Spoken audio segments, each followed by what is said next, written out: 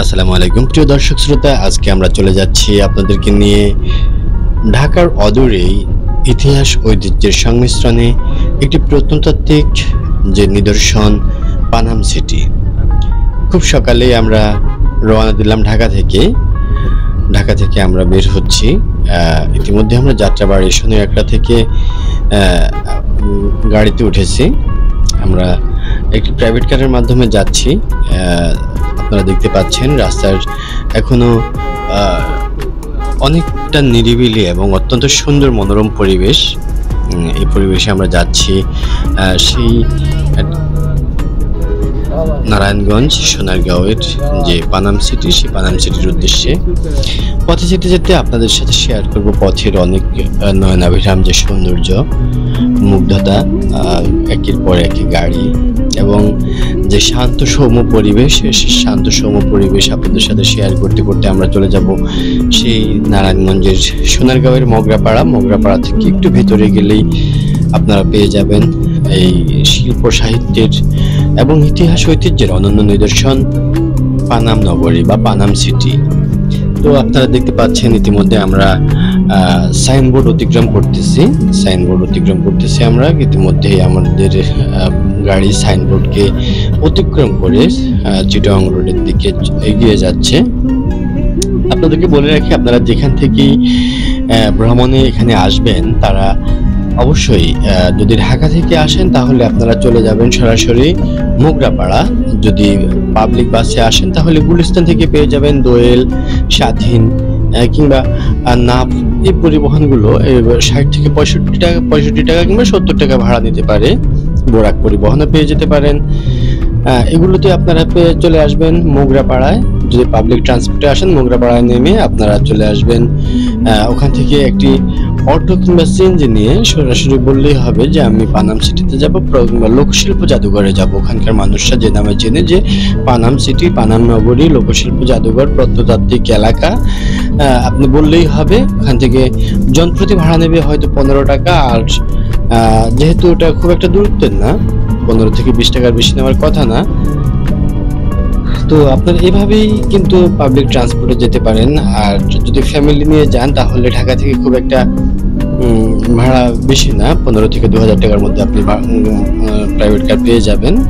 রেন্টে কার থেকে কিংবা উবার থেকে আপনারা নিতে পারেন এবং বলে নেবেন যে যদি রাস্তা থেকে নেন একটু দরদাম করে নেবেন, তাতে করে আপনি হয়তো একটু সাশ্রয়ীভাবে যেতে পারেন। দেখতে পাচ্ছেন আকাশের মৃদুমন্দ যে মেঘ এখনো শিমুল তুলোর মতো পেঁজা পেঁজা হয়ে উঠছে বিভিন্ন জায়গায় এবং কোথাও কোথাও কালো মেঘের চির ধরেছে, হয়তো বৃষ্টি আসবে বলে জানান দিচ্ছে প্রকৃতিকে। আর এমন পরিবেশে কিন্তু একটা ভ্রমণ ট্রিপ যদি বৃষ্টি না হয় অর্থাৎ মেঘলা পরিবেশে একটু ঠান্ডা ওয়েদারে বেড়াতে কিন্তু খুবই ভালো লাগে। আমি বলবো যে এটি খুবই সুন্দর একটি পরিবেশ বেড়ানোর জন্য। তো এখানে আমাদের যে গাড়ি যাচ্ছে আপনারা দেখতে পাচ্ছেন অত্যন্ত সুন্দর পরিবেশের মধ্য দিয়ে গাড়িটি কিন্তু সামনের দিকে অগ্রসর হয়ে আসছে। তো বন্ধুরা, আমি আপনাদেরকে বলি যে আমি কিন্তু বাংলাদেশের বিভিন্ন জায়গায় যখন ভ্রমণ করি তখন কিন্তু আপনারা যদি আমার সাথে থাকেন তাহলে আমার চোখ দিয়ে আমার সাথে থেকে আপনারা কিন্তু বাংলাকে দেখতে পারবেন। এভাবে আমরা বাংলাদেশের সীমানা ছাড়িয়ে যাব বিদেশের গণ্ডিতে এবং বিশ্বের বিভিন্ন জায়গাগুলো কিন্তু আপনারা আমার সাথে শেয়ার করতে পারবেন। আমি কিন্তু দীর্ঘদিন ধরে অর্থাৎ 2009 সাল থেকে ট্রাভেলের সাথে জড়িত। অর্থাৎ যখনই আমার মন চায় আমি কিন্তু বিভিন্ন জায়গায় ট্রাভেল করতে চলে যাই এবং সেখানে 2-1 রাত থাকি। তাহলে আপনাদের সামনে আজকে বাসে যেতে গাড়িতে যেতে আপনাদের সাথে একটি বিষয় শেয়ার করি। সেটা হচ্ছে আমার হঠাৎ করে ছোটবেলায় পড়তাম মহাস্থানগড় বগুড়ার কথা। তো 2010 কি 11 সাল হবে কিংবা 12 সাল হবে, ওই সময় আমি হঠাৎ করে একদিন মনে হলো যে সেখানে যাব, অর্থাৎ মহাস্থানগড়ে যাব। তো আমি হানিফ পরিবহনে উঠলাম। হানিফ পরিবহনে উঠে আমি চলে গেলাম সেখানে। যাওয়ার পরে তখন সন্ধ্যা, সম্ভবত 7টা-8টা বাজে, যাই হোক। তো ওখানে বিসমিল্লাহ একটি হোটেলে উঠলাম। জিজ্ঞেস করলাম ভাড়া কত, তো বললো যে 60 টাকা। আমি একটু অবাক হলাম যে 60 টাকা হোটেল ভাড়া। তাহলে ভাবলাম যে সে কি ভুল বললো নাকি আমি ভুল শুনলাম। এরপরে আমি বললাম যে ঠিক আছে, নো প্রবলেম, আমি রুমটা দেখি। রুমে দেখতে গেলাম এবং তখন বলল যে ঠিক আছে তাহলে আপনি রুমে খুব সুন্দর ছিল, সিঙ্গেল বিছানা, একটি ড্রেসিং টেবিল, যা থাকে ভেতরেই বাথরুম ছিল। আমি তো অবাক হয়ে গেলাম যে ৳৬০ হোটেল রুম। তো যাই হোক, আমি তখন সেখানে খেতে গিয়ে আরেকটা শখ খেলাম, অর্থাৎ সেখানে মাছ এবং যে সম্ভবত মিরকি মাছ ছিল, এটাকে আমরা মৃগেল বলি, তারা মিরকে বলে, এমন কিছু যে হতে পারে। যাই হোক, তো মৃগেল মাছ আর সাথে বেগুন ছিল, সবজি। আমার কাছ থেকে ওই তরকারির বিল করেছে মাত্র ৳25 কি ৳30, অর্থাৎ ৳50 মধ্যে খাওয়া ক্লিয়ার। আমি তো অবাক হলাম যে আসলে মানে আপনারা এভাবে বিভিন্ন এলাকায় গেলে কিন্তু বিভিন্ন নিদর্শন পাবেন। যাই হোক, আমি কিন্তু অনেক আগে থেকেই ট্রাভেলের সাথে জড়িত এবং বাংলাদেশের বিভিন্ন অঞ্চল বিভিন্ন সময়ে ট্রাভেল করেছি। আপনারা যদি এভাবে ট্রাভেল করতে চান, ট্রাভেল বিষয়ে যেকোনো বিষয়ে কোনো ইনফরমেশন, তথ্য পেতে চান, তাহলে অবশ্যই কিন্তু যোগাযোগ করবেন। আমি কিন্তু একেবারে পুরোপুরি অলাভজনকভাবে, অর্থাৎ কোনো রকম ইন্টারেস্ট ছাড়াই আপনাদেরকে যেকোনো ট্রাভেলের জন্য হেল্প করে থাকি। সুতরাং কোনো হেজিটেট ফিল করবেন না, যখনই মনে হবে ইনবক্স করবেন কিংবা সরাসরি ফোন নাম্বারে কিংবা হোয়াটসঅ্যাপে ফোন করতে পারেন। হোয়াটসঅ্যাপে তা আমার নাম্বার দেওয়া থাকবে ডেসক্রিপশনে। যাই হোক, আপনারা কিন্তু দেখতে পাচ্ছেন আমরা মোগরাপাড়া চলে এসেছি। আমাদের যে সাইনবোর্ডগুলো দেখাচ্ছে সেটা অলরেডি মোগরাপাড়া দেখাচ্ছে। আমরা কিছুক্ষণের মধ্যে মোগরাপাড়া থেকে ভেতরে প্রবেশ করব। সাথে থাকুন। ইতিমধ্যে আমরা চলে এসেছি। দেখতে পাচ্ছেন সেই আমাদের কাঙ্ক্ষিত পানাম সিটিতে। পানাম নগরীর নামটি শুনলেই কিন্তু কেমন যেন একটা ইতিহাস এবং ঐতিহ্যের একটা ভাব মনের মধ্যে জাগ্রত হয়, যে নামটি শুনলেই যে ইতিহাস প্রেমী বা ভ্রমণ পিপাসু মানুষদের চোখে ভেসে ওঠে এক ধ্বংসপ্রায় নগরের ছবি। এটি শুধু বাংলাদেশের নয়, পুরো দক্ষিণ এশিয়ার ইতিহাসে বাণিজ্য, স্থাপত্য এবং সাংস্কৃতিক সমৃদ্ধির এক অনন্য সাক্ষী এই পানাম সিটি। প্রাচীন বাংলার রাজধানী সোনারগাঁওয়ের অংশ এই পানাম নগর, যা কখনো প্রাণবন্ত ব্যবসায়ী কেন্দ্রে ছিল, এটি এখন ধূসর স্মৃতির নিদর্শন হয়ে দাঁড়িয়ে আছে, শুধু কেবল কালের সাক্ষী হয়ে। পানাম নগরের ইতিহাসের গোড়াপত্তন 1500 শতকের দিকে। সুলতানি আমলে সোনারগাঁও যখন বাংলার রাজধানী হিসেবে গড়ে উঠেছিল, ঠিক তখনই এর পত্তন। সোনারগাঁও ছিল মুঘল শাসন আমলে বাংলার প্রধান প্রশাসনিক ও বাণিজ্যিক কেন্দ্র, যা থেকে উত্তর দক্ষিণ এবং পূর্ব পশ্চিমে নদীপথ ও স্থলপথে সহজে যোগাযোগ হতো। পানামনগর এই সোনারগাঁওয়ের গুরুত্বপূর্ণ অংশ হিসেবে ব্যবসা বাণিজ্যের জন্য আলাদা পরিচিতি লাভ পায় তখনকার সময়ে। বিশেষত মসলিন, তুলা, রেশম, মশলা, হাতের দাঁত, সোনা রূপার গহনা প্রভৃতি নিয়ে স্থানীয় ও আন্তর্জাতিক ব্যবসা গড়ে ওঠে এই নগরীকে কেন্দ্র করে। মুঘল শাসনামলের পানামের উন্নতির পেছনের দুটি প্রধান কারণ ছিল, প্রথমত ঢাকাকে কেন্দ্র করে বাণিজ্য বিস্তার, দ্বিতীয়ত ইউরোপীয় ব্যবসায়ীগণ, বিশেষত পর্তুগিজ, ওলন্দাজ ও ইংরেজদের আগমন। 1700 থেকে 1800 শতাব্দীতে পানামে বণিকদের প্রসাদোপন, বাড়ি, দোকানপাট, মন্দির, উপাসনালয় এগুলো গড়ে ওঠে। এটি শুধু বাণিজ্যের জন্য নয়, ধনী হিন্দু জমিদার ও ব্যবসায়ীদের সামাজিক সাংস্কৃতিক মিলন কেন্দ্র হয়ে ওঠে। 1800 থেকে 1900 শতাব্দীতে ব্রিটিশ উপনিবেশিক শাসন শুরু হলে পানাম নগরে ইউরোপীয় স্থাপত্য রীতির প্রভাব পড়ে। তৎকালীন ধনী হিন্দু ব্যবসায়ীরা তাদের বাড়িতে ইউরোপীয় নকশা অনুসারে বেলকনি, গথিক আর্কওয়ে, তারপরে জর্জিয়ান জানালা ও কাস্ট আয়রনের গ্রিল স্থাপন করেন। ফলে পানামের স্থাপত্যের এক চমৎকার মিশ্রণ গড়ে ওঠে, যা ইতিহাসের মধ্যে কেন্দ্র হয়ে ওঠে যে ইউরোপিয়ান ঐতিহ্যের, এবং এটি বাংলার স্থাপত্য ইতিহাসে বিরল, যা অন্য কোথাও আর দেখা যায় না। পানাম নগরের 3টি প্রধান সড়ক হলো পানাম নগর মূলত 3টি রাস্তাকে ঘিরে বিস্তৃত। পানাম রোড মূল বাণিজ্যিক কেন্দ্র, যেখানে 52টি বিখ্যাত প্রাচীন ভবন রয়েছে। কিচুড়ি পানাম, যেখানে তুলনামূলক ছোট ও মধ্যবিত্ত ব্যবসায়ীদের বাড়িঘর দুয়ার। গুলদি পানাম। এটি গরিব ও শ্রমজীবী মানুষের আবাসস্থল। পানামের প্রতিটি ভবন এক একটি স্থাপত্য শৈলীর নিদর্শন। এখানে দেখা যায় লম্বা সরু বিভিন্ন আকৃতির দোতলা বা তিনতলা ভবন।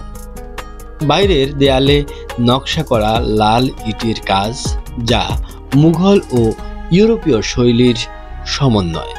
কাঠের দর, যে বিভিন্ন ডিজাইন, বিভিন্ন আর্কিটেকচারের বিভিন্ন ডিজাইনের দরজা জানালা, যেখানে ফুল, লতাপাতা, পাখি ইত্যাদির কারুকাজ স্থান পেয়েছে। বিশাল ব্যালকনি, যা গ্রীষ্মকালে শীতল বাতাস প্রবাহের জন্য উপযুক্ত। ঘরের ভেতরে প্রশস্ত হলঘর, অভ্যন্তরীণ খোলা প্রাঙ্গণ ও পানি নিষ্কাশনের উন্নত ব্যবস্থা। কিছু কিছু ভবনের ছাদে ইউরোপীয় স্টাইলের প্যারাপেট ও কার্নিশ, যা পানামের স্বাতন্ত্র্য বৃদ্ধি করেছে। পানাম হাউস ৫১ পানামের জন্য অন্যতম দৃষ্টিনন্দন ও সংরক্ষিত ভবন, যা তার বিশাল আকার, ছাদ ও ব্যালকনির কারণে বিখ্যাত।